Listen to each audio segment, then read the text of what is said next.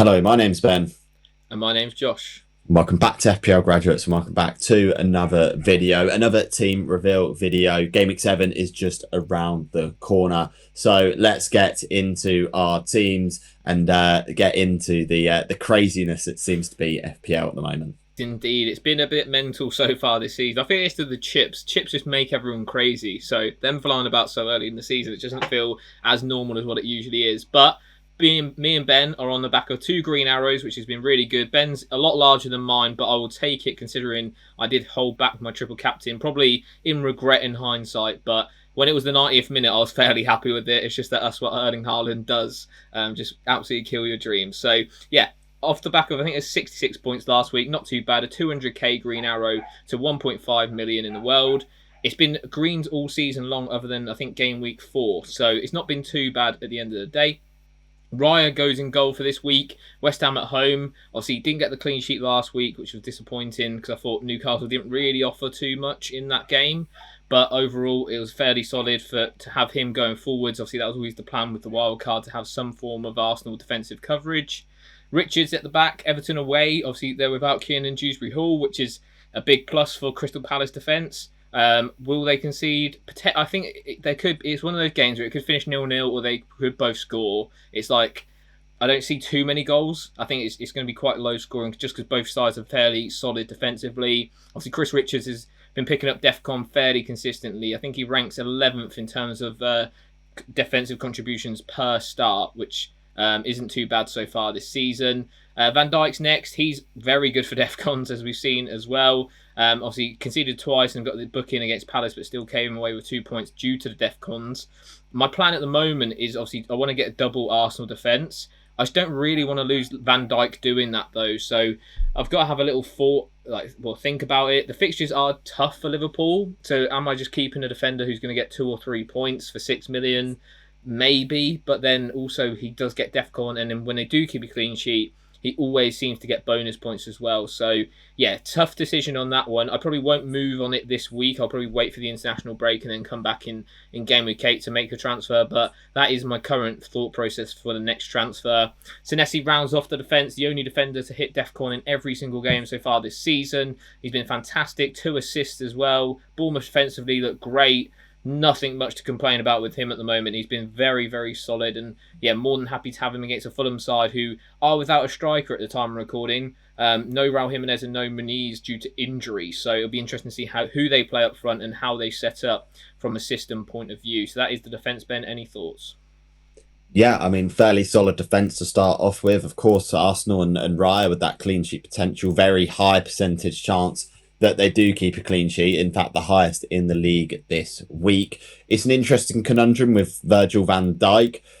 I see it as a little bit of an easier decision to make, but I understand why you might want to wait a week. I'd very much sort of be in the corner of potentially selling him on this week, especially if you have clashes further up the pitch with other players. Liverpool don't seem to be keeping too many clean sheets at the moment. They've only got a couple of fit defenders, or centre-backs, sorry. So, fairly fit on the ground, are going to be playing every minute of every game. So for me, I see, the move being sort of one that doesn't hold too much risk. Look, you're missing out on the potential sort of Van Dijk 8 or 9 pointer if he keeps a clean sheet, but it's still, a Gabriel, 6 pointer anyway. So, it doesn't feel like there's too much in it. For me, the fixture run over the longer term looks really good for Arsenal. And then, yes, Senesi looks a fantastic pick, and so does Chris Richards. So it rounds off a fairly well-balanced defence there. Indeed, yeah. Some food for thought then for the next few days before we get to the deadline. Mitoma kicks off the midfield. I started him ahead of Paqueta last week, and obviously Paqueta came away with the DEFCON. Mitoma got hooked around 65 minutes just before that red card, which is quite annoying because I feel like if he was on the pitch for the red card, there's every chance he gets a return.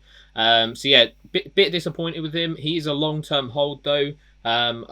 When I picked him on wildcard, it was with the idea of keeping him for the foreseeable. So yeah, Wolves away this week is obviously a nice fixture with how they've started the season, and hopefully he gets few more minutes than what he did last weekend. Semenyo's next, just ridiculous. This guy's getting points out of his ears as it stands. Just that free kick goal, which definitely shouldn't have gone in, but it did. It's just that Semenyo luck at the moment. If you don't own him, you must just absolutely hate the guy because he just returns all the time. Bruno Fernandes has the armband as it stands. Just the routes to points. Obviously, a lot of people be going off of him due to the penalty misses, which is understandable, to be honest. But just before the season started, when I was planning my captaincy, he was penciled in for this week. I'm going to stick with it as it stands just because I don't feel like the haul ability with Haaland is quite there against Brentford away. I think Brentford away is a tough fixture for most teams. We've seen Chelsea go there and struggle. We've seen United go there, but they do struggle against anyone, really. So there's not much to talk about. But United at home this season have been decent. So just backing Fernandes basically with the routes to points. Same about routes to points. Illiman and Jai's next. Crystal Palace at home. Going to be interesting. Like I said, when they're talking about Richards, either no goals, little goals. I'm not expecting too much from Njai this week, but if Everton score, he's usually involved. So yeah, I'm more than happy to start him. And it's just going to be one of those where it's a toss of a coin. There's going to be clashes in my team this week. That's just the way it is. I don't really fancy starting Paqueta against Arsenal away at the Emirates, although there could be some new manager bounce there. So yeah, what's the thoughts on the midfield, Ben? Yeah, a lot of routes to points. I think's how we summarise your midfield there with Semenyo, Fernandes, and Njai all having those routes to points that we've seen. Mitoma's an interesting one. Like he's a bit of a left field pick and not one that many FPL managers have picked up so far this season. Do think he will come good over time. But we've seen it in previous FPL seasons. He can be a little frustrating to own as an asset because he does have a tendency to come off on 60, 65 minutes. So, look, I think he's definitely sort of got that potential in terms of goal and assist threat. But that's going to be sort of a little more inconsistent than we'd probably like. Semenyo, really like as a pick, and same with Fernandes. I think just given how inconsistent United are overall, puts me a little bit off the captaincy. I sort of at this point in the season like to be a little risk adverse, and that feels a little risky as a captaincy pick. But look, if that pays off, then all of a sudden you're sort of up in your rank by at least 1 million, I'd say, if it does come off how you expect it to anyway. And then Njai as an option, yeah, look, I wouldn't expect too much from him this week, but like you said, better than playing Paqueta this week at Arsenal away. Yeah, indeed. Yeah, it's going to be a big risk with Fernandes, but at the minute, I'm willing to take it. I'll be going to the game as well, so there's added extra incentive to captain him for now. Gyökeres leads the line at the moment. West Ham at home for this week, hoping that he gets a goal, to be honest, because I've had him since the wild card, and he's not really been doing too much, which is expected because the fixtures were tough. I knew what I was getting myself in for the City and the Newcastle games. This is where I'm hoping that he hits the ground running. We've seen it so far this season that he's been a bit of a flat track bully, likes playing against the lower ended side. So I think that West Ham game suits him well. And obviously, if he's playing against Mavropanos and Kilman, just the physicality, the pacing behind, I can just see him going off, to be honest. So yeah, hopefully he can for me this week. João Pedro's next. A lot of people looking to offload him. I probably won't be at the minute. It's a bit annoying how Chelsea's fixture run sort of coincides with West Ham's. I'm really interested in Jarrod Bowen at the moment. Obviously, I know he's sort of out of position in the wrong way where he's playing on the wing and he's a forward, but he just gets returns. He's had 3 goals so far this season and picked up 3 bonus points in each of them. He's always getting bonus, which is really nice to see. And like I say, the fixture run for West Ham is decent. So he's on my shopping list. It's just who do I replace out of those front 3? They're all really, really good going forward. So yeah, not too sure, but João Pedro will stick for now, obviously, especially after the rest in the Champions League. That is music to owners' ears. And then Erling Haaland obviously wraps off the team. Captained him last week. Very nice return. It's actually surprising to me how low owned he still is. Like, he's still only around 50% owned, which is just mental with how good he's been this season, even since Gameweek 1. It's not as if it's just, recency bias. I know there was maybe a bit fortunate for owners in terms of the 2 90-plus minute goals at the end of the game, but it's just what he does. He just scores goals all the time. And yeah, to come away with 3 returns against Burnley, I don't think anyone was too shocked in that. Brentford away, as I mentioned when talking about Fernandes and the captaincy, it's still a good fixture for Haaland, don't get me wrong. If you're captaining Haaland and you don't want to, like Ben says, don't want to be a bit more risky like me, then go for it. Definitely a very viable pick this week and probably the best pick if I'm being honest. I'm just going for the upside and just chasing a bit of risk with Bruno Fernandes. just because, like I said, it was penciled in at the start of the season, and that's what I'll be going with. What's the thoughts on that attacking line, Ben? Yeah, I mean, it's a fairly strong front line. And look, I don't actually think you need to ship off any of those strikers anytime soon, just given how good they've each looked in different periods of the season and in Haaland's case, all season. So, yeah, really don't mind that. The only thing I will say then about the team is obviously the Arsenal double up already. It may be a case that it comes into your thoughts on, the third asset sort of locks you out of potentially going to a Bukayo Saka if he looks really good. So that's my only reservation about that potential move. Fairly hot on it if you look at it in isolation. But of course, with Gyökeres being in there is that sort of temptation not to sort of lock that third Arsenal spot yet, just in case Arsenal start exploding from an attacking perspective. Indeed, it's going to be an interesting one, but we'll have to wait and pay attention on that. Obviously, any sort of transfers that I do, they'll be posted over on Patreon, so make sure you do check that out. The link is in the bio. Okay, so moving on into my team, we made 4 free transfers last week and hit the triple captainship. That resulted in a 2.4 million rank rise from 3.8 to 1.4 million. So the 82 points I got in last game week, fairly good. A net 26 points from transfers made, which was pretty good. So can't complain too much at that. A fairly good week, I think it's fair to say. So starting off in goal, we've got Dubravka away at Aston Villa. Now, similarly to Josh, you'll see sort of later on in my team reveal, that does clash with one of my attackers. Which is why that at the moment is a fairly 50-50 decision between him and Sanchez. At the moment, Burnley have got a slightly higher chance of keeping a clean sheet than Chelsea. I mean, it's very similar in terms of the bookies odds. So it is going to be a bit of a 50-50 sort of decision. My only thought process is that Burnley have been conceding a lot of XG and a lot of shots. We've seen Dubravka start racking up save points, which has been quite nice. So that would be, the reason why I'd potentially sort of look at starting him. In the defence, we've got Pedro Porro with Leeds away. Of course, we've got both him and Van der Ven. I've opted for him just for the attacking threat, albeit saying that Van der Ven has more attacking returns than Porro this season. Richards is in there. He's been on the bench a lot of so far this season. He got 4 points on my bench last week. Slightly frustrating, just given there were a couple of blanks in my defence last week. Everton away seems to be a good fixture on the face of it for Palace. I'd expect to potentially see Richards get close to that DEFCON again this week, which will be a nice bonus if he does. And then rounding off the defence is the guy who made the transfers work. It was Gabriel. West Ham at home is a really good fixture. Don't expect them to pick up DEFCON this week. But of course, there's that potential attacking threat there, again, with West Ham not being great defensively from set pieces. Josh, what's the thoughts on the defence? A couple of benching headaches there.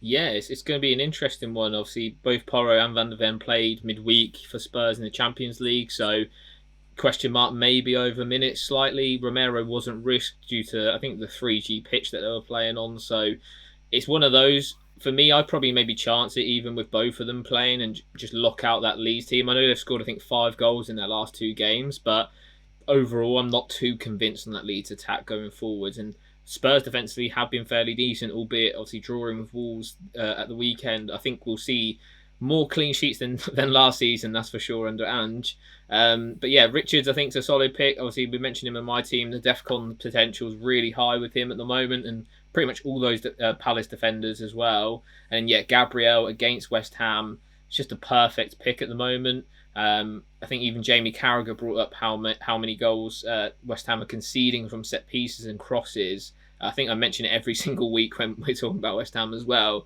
It's just a criminal amount, and you'd hope that Nuno can do something to maybe fix that, but they conceded one again from a cross against Everton on Monday night. So I think it's going to take some time, and when you're facing the best team at set pieces, it's going to be a tough test. So it would not shock me at all if Gabriel came away from that game with more attacking returns. Okay, so moving on into the midfield, and of course, Semenyo in there to start with. I brought him in for the first time last week and he come away with a return, so fairly happy with that.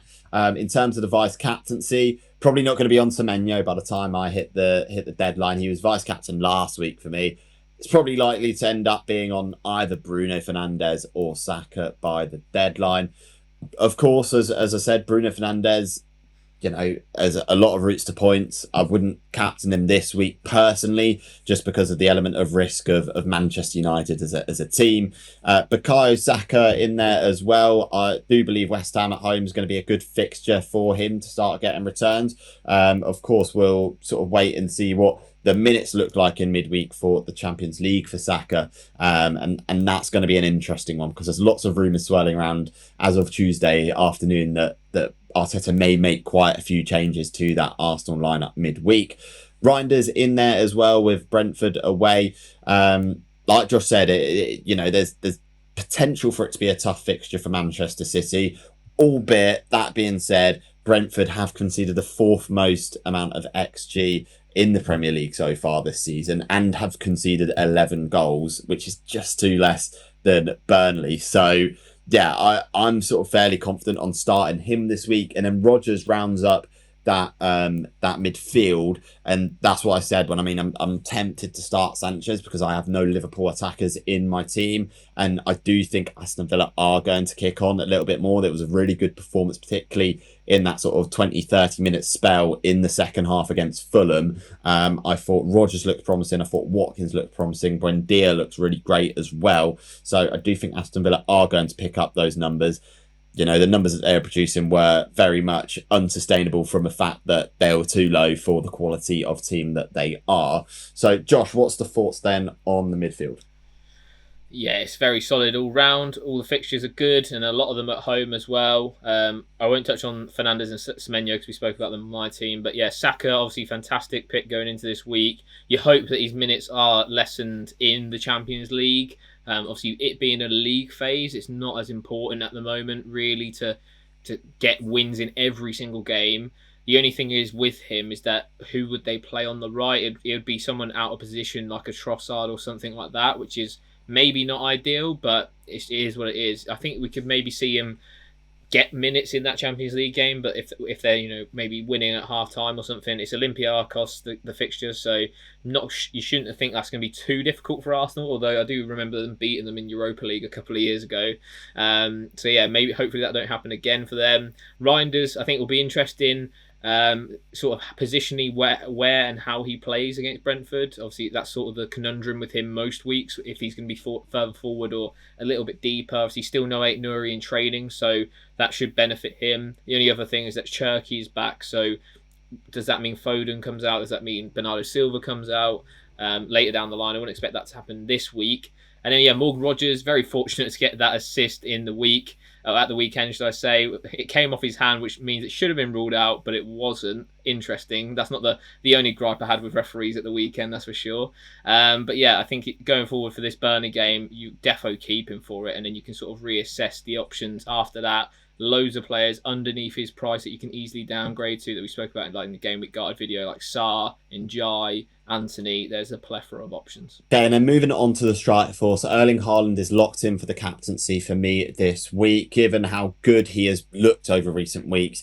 And Brentford's underlying numbers makes it a fairly simple decision for me. And for a lot of FPL managers, that is going to be the same and the template captaincy pick for this week. João Pedro remains in my team. I'm not looking at selling him on anytime soon. He's looked great when Chelsea have had 11 men on the pitch, so not too concerned about that. Of course, then, the bench and the transfer plans. There's no transfers planned for this week. I'm fairly happy and content with my team. I'm happy to assess Arsenal over this game week and whether I bring in a third asset with 2 free transfers over the international break. That's going to be a transfer that is in my thoughts over the next couple of weeks. So Josh, that rounds off the team and the plans. What's your overall thinking on it?